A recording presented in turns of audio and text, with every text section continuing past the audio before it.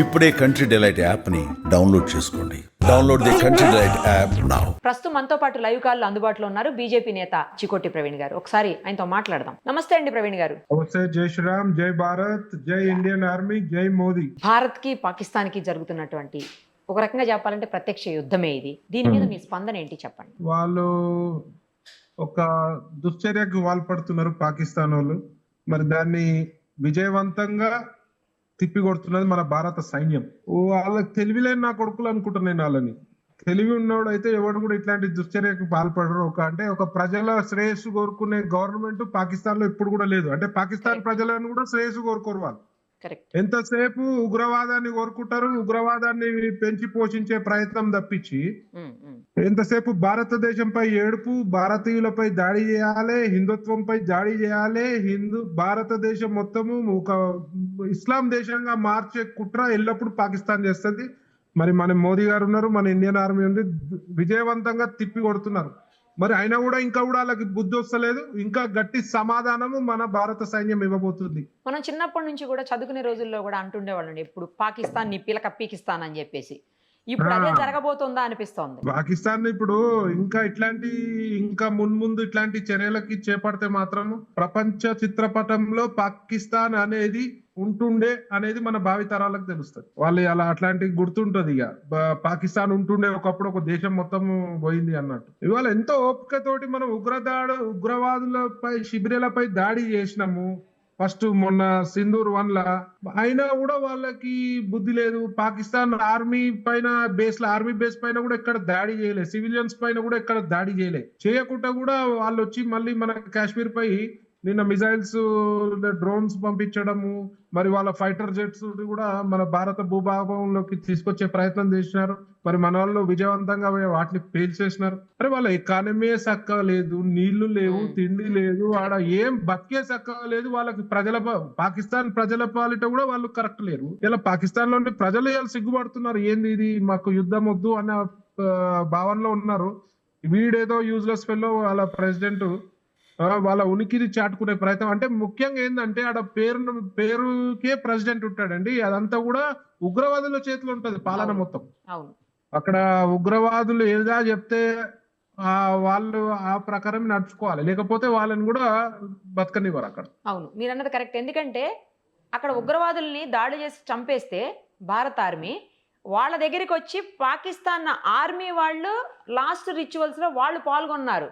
Official గా వాళ్ళని last rituals కి వీళ్ళు అటెండ్ అయ్యి అఫీషియల్ గా పంపించారు వాళ్ళని. అంటే ఏంటి, ఉగ్రవాదులను అఫీషియల్ గా పంపించడం ఏంటి అసలు? మేడం, అసలు ఉగ్రవాదులకి అండగా అక్కడ పాకిస్తాన్ సైన్యము కాపలా ఉన్నది. కరెక్ట్ మీరు అన్నది. టోటల్ సైన్యం మొత్తం ఇప్పుడు ఆడ పేరుకే సైన్యం అండి, వాళ్ళ సైన్యం కూడా ఉగ్రవాదులే.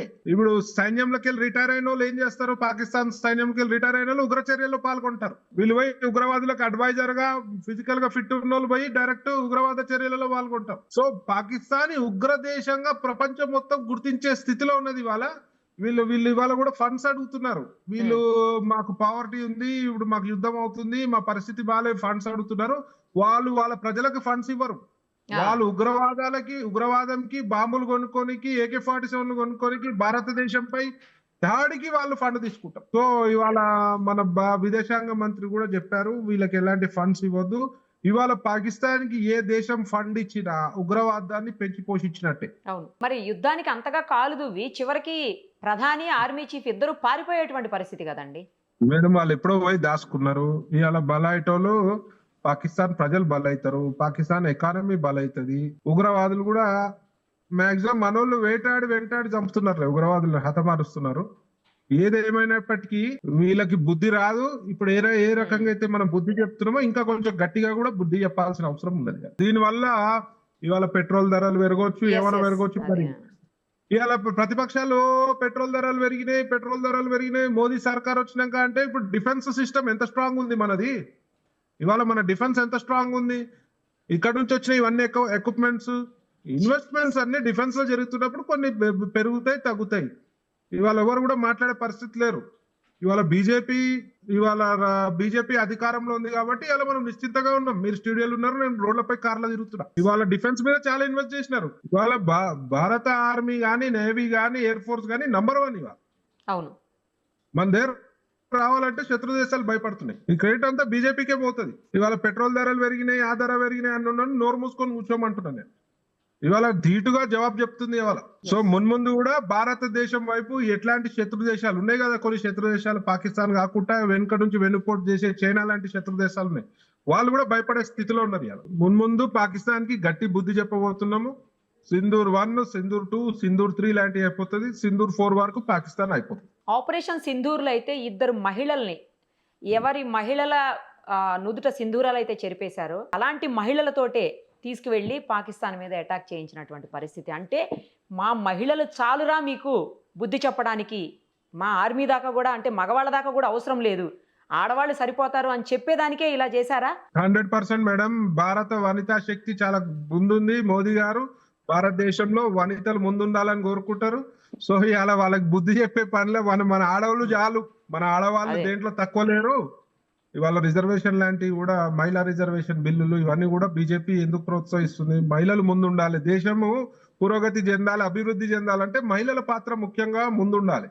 సో అదే విధంగా ఇవాళ ఆర్మీలో కూడా చాలా మంది మహిళలు జాయిన్ అవుతున్నారు. వాళ్ళు చాలు, మా మహిళా మండలి చాలురా మీకు. ఇవాళ మహిళా మండలిలో బొట్టు జరిపేసి సింధూరు జరిపేసినందుకు వీళ్ళకి బుద్ధి చెప్తాం.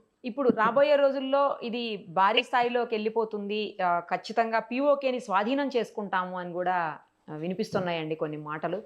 సో మీకేమనిపిస్తోంది? భారతీయుడుగా, ఒక భారతదేశాన్ని ప్రేమించే మనిషిగా డెఫినెట్ గా పిఓకేని స్వాధీనం చేసుకోవాలి, పాకిస్తాన్ ని అంచి పడేయాలి. పాకిస్తాన్ ను ఇండియా గురించి ఆలోచన చేయాలంటే వెన్నులో వణుకు పుట్టాల్సిన అవసరం ఉంది. సో ఆ రకంగా మన భారత సైన్యం బుద్ధి చెప్తున్నారు.